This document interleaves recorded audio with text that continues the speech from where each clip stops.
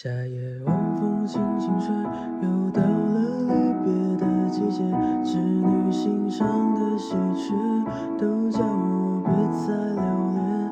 你是山里的百合花，那香味让我好晕眩。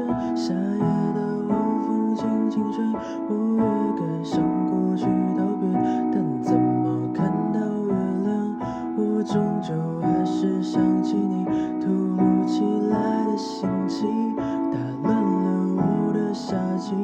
然而这惊慌的瞬间，风轻轻吹动了湖面，而我在回忆里面失去了知觉。